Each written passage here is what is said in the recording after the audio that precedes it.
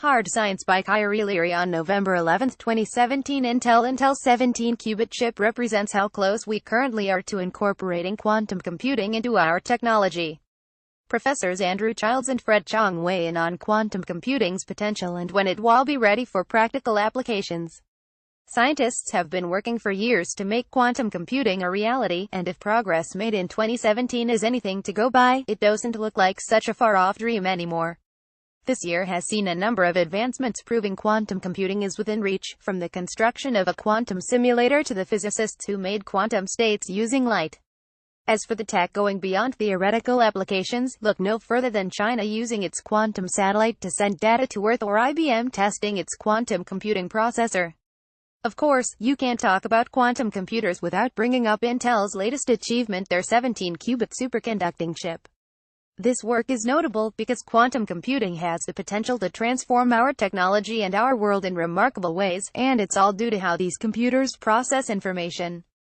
As a brief recap, traditional computing uses bits to carry information that's in a state of 1 or 0 on or off, whereas quantum computing can represent 1 and 0 simultaneously, enabling it to handle millions of more lines of code. Quantum computers will let us solve certain problems that we think are inaccessible to ordinary classical computers, like breaking encryption and calculating properties of molecules and other materials. Andrew Childs, a professor at the University of Maryland's Department of Computer Science and co-director of the Joint Center for Quantum Information and Computer Science (QUICS), said to Futurism over email, "While they only appear to give an advantage for very specific kinds of problems, some of those problems have significant applications that might not be attainable without a quantum computer," he added.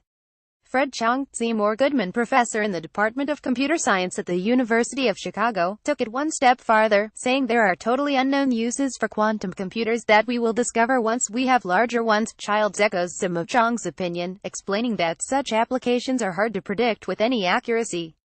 Challenges to overcome. There are multiple examples of quantum computing breakthroughs in recent months and years, but don't take that to mean scientists and researchers have a clear understanding of the technology in its current form. There's a lot more that we don't know.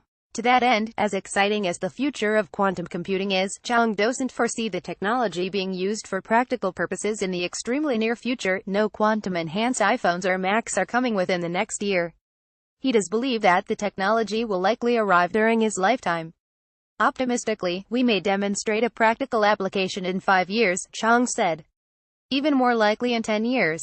When asked about what areas could use more attention, Childs pointed to quantum simulations and how a lot of the focus is on simulating chemistry. Instead, he would like to see simulations of simpler condensed matter systems.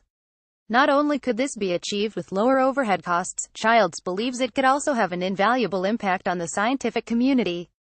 Chang, however, would like to see a shift to software, as developing the hardware has garnered more attention. Intel's chip is proof of that. It is going to be a huge need, and we need to catch up both in terms of developing that software and in terms of training people that can work on this problem, said Chang. Needless to say, those invested in quantum computers, both academically and financially, have their work cut out for them, even more so if they want the technology to go main and eventually move away from the classical computing that powers every device we own. To that end, there are a number of challenges that need to be overcome in both the short and long term. For Childs, he sees the development of systems capable of outperforming their predecessors as one goal that needs to be achieved. Developing experimental systems that can convincingly outperform classical computers at some task, not necessarily a useful one, is an important short-term goal that seems to be on the horizon, he said. But the field is of challenges on both the theoretical and the experimental sides. Another short-term goal proposed by Chang is the development of 100-qubit computers. For an estimate of where we are currently, one of the largest quantum systems out there only uses 51 qubits. There is, of course, Dwave's 2000-qubit system, but it was made with optimization in mind rather than design. After we've managed 100 qubits, the next step is 1000 qubits, both of which will hopefully be multifunctional. These will require a lot of precise engineering, noted Chang. It'll be interesting to see what the next big advancement for quantum computing will be, and when the average person will be able to benefit from the technology. Regardless of how long it takes, or how much work is required, one thing is clear: we're incredibly close to the age of quantum computing, assuming, that is, that we're not already living in it.